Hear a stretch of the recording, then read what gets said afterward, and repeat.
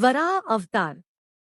वराह अवतार हिंदू धर्म ग्रंथों के अनुसार भगवान विष्णु के 10 अवतारों में से तृतीय अवतार है, जो भाद्रपद में शुक्ल पक्ष की तृतीया को अवतरित हुए।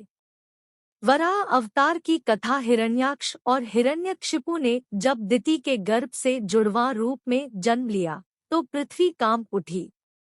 हिरण्याक्ष और हिरण्यकशिपु दोनों पैदा होते ही बड़े हो गए और अपने अत्याचारों से धरती को कपाने लगते हैं। यद्यपि हिरण्याक्ष और हिरण्यकशिपु दोनों बलवान थे, किंतु फिर भी उन्हें संतोष नहीं था। वे संसार में अजेयता और अमरता प्राप्त करना चाहते थे। हिरण्याक्ष और हिरण्यकशिपु दोनों ने ब्रह्मा जी को प्रसन्न करने के लिए बहुत बड़ा तप किया।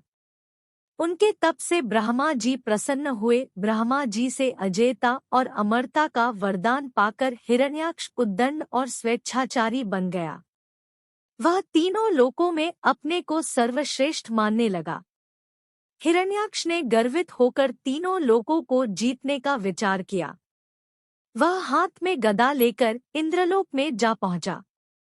देवताओं को जब उसके पहुंचने की खबर मिली तो वे भयभीत होकर इंद्रलोक से भाग गए।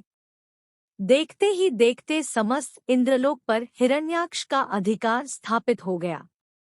जब इंद्रलोक में युद्ध करने के लिए कोई नहीं मिला तो हिरण्याक्ष वरुण की राजधानी विभावरी नगरी में जा पहुंचा।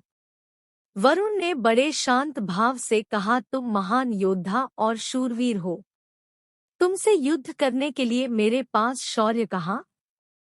तीनों लोकों में भगवान विष्णु को छोड़कर कोई भी ऐसा नहीं है जो तुमसे युद्ध कर सके।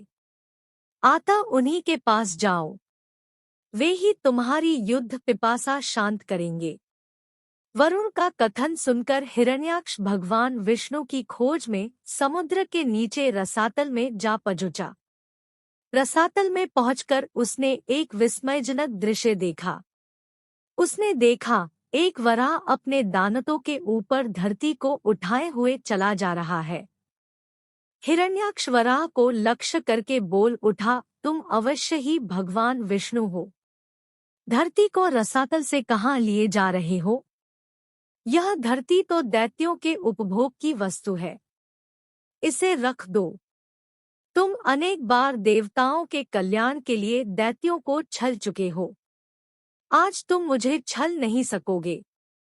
फिर भी भगवान विष्णु शांत ही रहे। उनके मन में रंचमात्र भी क्रोध पैदा नहीं हुआ। वे वराह के रूप में अपने दांतों पर धरती को लिए हुए आगे बढ़ते रहे। हिरण्याक्ष भगवान वराह रूपी विष्णु के पीछे लग गया। उन्होंने रसातल से बाहर निकलकर धरती को समुद्र के ऊपर स्थापित कर दिया। हिरण्याक्ष उनके पीछे लगा हुआ था, अपने वचन बाणों से उनके हृदय को बेध रहा था। भगवान विष्णु ने धरती को स्थापित करने के पश्चात हिरण्याक्ष की ओर ध्यान दिया। उन्होंने हिरण्याक्ष की ओर देखते हुए कहा, तुम तो बड़े बलवान हो। बलवान लोग कहते नहीं हैं, करके दिखाते हैं। तुम तो केवल प्रलाप कर रहे हो। मैं तुम्हारे सामने खड़ा हूँ, तुम क्यों नहीं मुझ पर आक्रमण कर दे? बढ़ो आगे, मुझ पर आक्रमण करो। हिरण्याक्ष की रगों में बिजली दौड़ गई। वह हाथ में गदा लेकर भगवान विष्णु पर टूट पड़ा। भगवान के हाथों में कोई अस्त्र शस्त्र नहीं था। उन्होंने दूसरे ही क्षण हिरण्याक्ष के हाथ से गदा छीनकर दूर फेंक दी। हिरण्याक्ष क्रोध से उन्मत्त हो उठा। वह हाथ में त्रिशूल लेकर भगवान विष्णु की ओर झपटा। भगवान विष्णु ने शीघ्र ही सुदर्शन का आह्वान किया। चक्र उनके हाथों में आ गया। उन्होंने अपने चक्र से हिरण्याक्ष के टुकड़े टुकड़े कर दिए।